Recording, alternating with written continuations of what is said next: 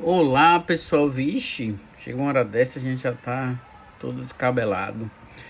Boa noite para todo mundo. Então, relembrando aqui, né, algo que eu já falei para vocês, que vocês têm que perder esse hábito, né? Negócio de ficar gravando esse vídeo de revisão, não tá com nada não, né?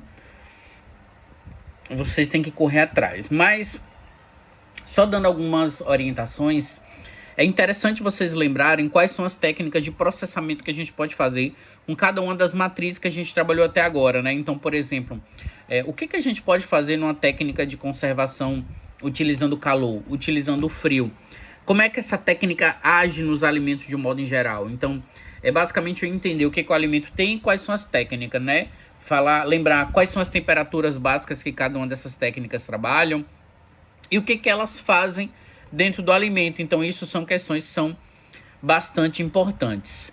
Na padronização, nas etapas de produção de alguns alimentos, existem etapas que funcionam, né, como reguladoras das quantidades. Por exemplo, a gente falou da centrifugação no leite, que ajuda com que o leite ele não desestruture, né, não separe a gordura das outras partes. Então, entender o que essas etapas proporcionam ao produto como um todo, né? Qual é o tipo de leite que a gente comercializa hoje, né? Que é o leite de caixa, o que ele é feito especificamente, quais são as etapas de processamento que pode ser feita com ele. Lembrar que eu gosto muito de perguntar coisas que são exemplos práticos. Então, dar um problema e perguntar naquele problema que técnica é essa, como é que é feito especificamente. Então, é mais ou menos em relação a essa característica.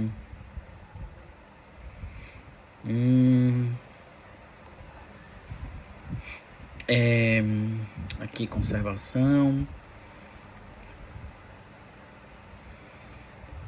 Por que cada etapa de conservação foi feita, né? Hoje a grande maior parte das etapas de conservação foram criadas visando a eliminação do Clostridio botulínico. Aí vocês lembram lá o porquê do Clostridio, né? Que ele produz uma toxina, essa toxina é neuroparalisante, então ela tem efeitos bastante importantes no corpo humano. Então, por conta disso, é que a gente busca essas técnicas em prol dessas características.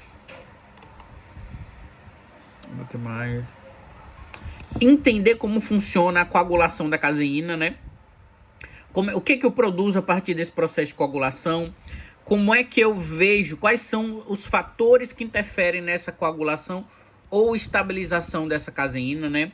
Isso é bastante importante. Lembrar de como é que funciona a questão do rigor mortis, como o rigor mortis interfere na conservação dessa carne, né? Como ele pode aumentar ou diminuir essas etapas de conservação. Lembrar que lá no início, quando a gente começou falando das características de conservação, a gente falou bastante sobre... nós falamos bastante sobre as técnicas antigas de conservação, né? Principalmente secagem e desidratação. Desidratação é mais novo porque usa técnicas que são industriais para fazer esse processo. A desidratação são técnicas mais antigas, então lembrar especificamente o que eu produzo com cada uma delas, né? Quais são as temperaturas, quais são as características que tem em relação a elas especificamente.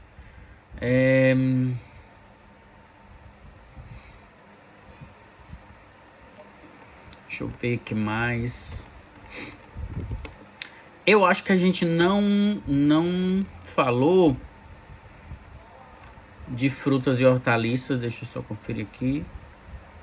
4, 7, 4.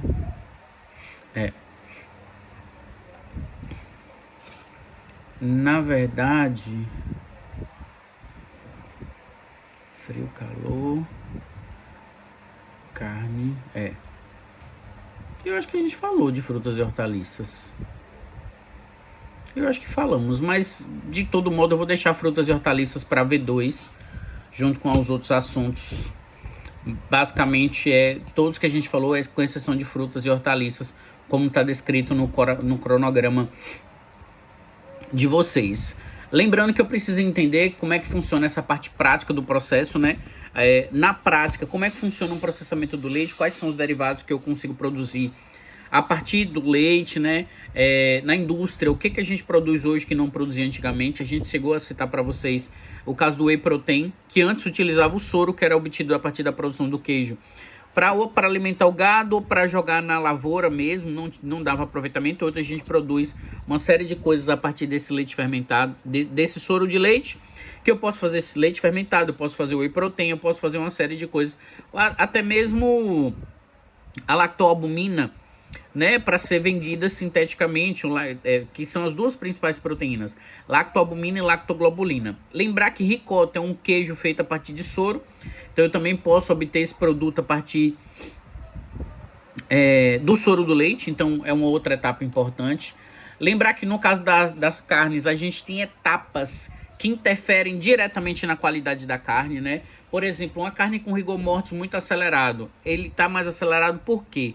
O que foi do processamento que culminou no aparecimento desse rigor mortis mais cedo? Então, por exemplo, um animal que sofre muito, um animal que apanha muito, um animal que não descansou, que não recuperou as reservas de glicogênio, né? Isso vai interferir na qualidade da carne e, consequentemente, uma carne que apodrece mais cedo. A gente falou sobre as carnes que são PSE e PSD, né? PSE e DFD. PSE é pálida, fria, exudativa, que é uma carne mais ácida, então ela perde muita água. E ela tem essa característica que é um defeito, então a gente não consome uma carne com essa característica. E a gente tem a carne DFD, que é dura, firme e seca, né? Que são siglas em inglês, como eu já falei, e que ajudam a gente a entender que é dry, firme e dark. Escura, firme e seca. São essas características que tem. Já a DFD é uma carne mais básica, né? Diferente da outra que é ácida, essa é mais básica. Ela tem uma característica diferente de retenção de água, então tem comportamentos que interferem. Como é que o boi, no seu processamento, pode gerar uma carne DFD? Como é que o boi, no seu processamento, pode gerar uma carne PSE? Então é interessante a gente acompanhar e entender essas etapas especificamente, né? A gente citou que, por exemplo, lá em Minas, muito do leite é guardado em barris, em tonéis refrigerados para esperar o caminhão do laticínio passar, e isso evita uma série de coisas, principalmente a acidificação, que é lembrar que a acidificação do leite pode acontecer naturalmente pela ação do lactobacilo, né? Que ele consome a lactose, produz ácido lático, e esse ácido vai acidificando, e aí chega uma hora que está tão ácido que ele desestabiliza a caseína. Então a caseína precisa normalmente de 2 fatores para desestabilizar. Então ele já tem a acidez própria do leite que está ficando velho. Eu coloquei no fogo. 2 fatores, ela desestabiliza o leite, corta. Ele coagula, ele talha, como a gente fala popularmente. Então entender como é que funciona essas questões propriamente dita. Bom, pessoal, o que eu tô me lembrando é isso, né? Bons estudos para todo mundo. A prova tá bastante fácil. Principalmente para quem frequenta as aulas, quem participa, vai lembrar, na hora que ver a questão vai conseguir lembrar de eu falando especificamente. Então, bons estudos para todos, até sexta-feira, acho que nossa sala vai ser a 618 mesmo, mas eu confirmo na véspera para vocês. Um abraço, bons estudos e até sexta. Tchau, tchau, pessoal.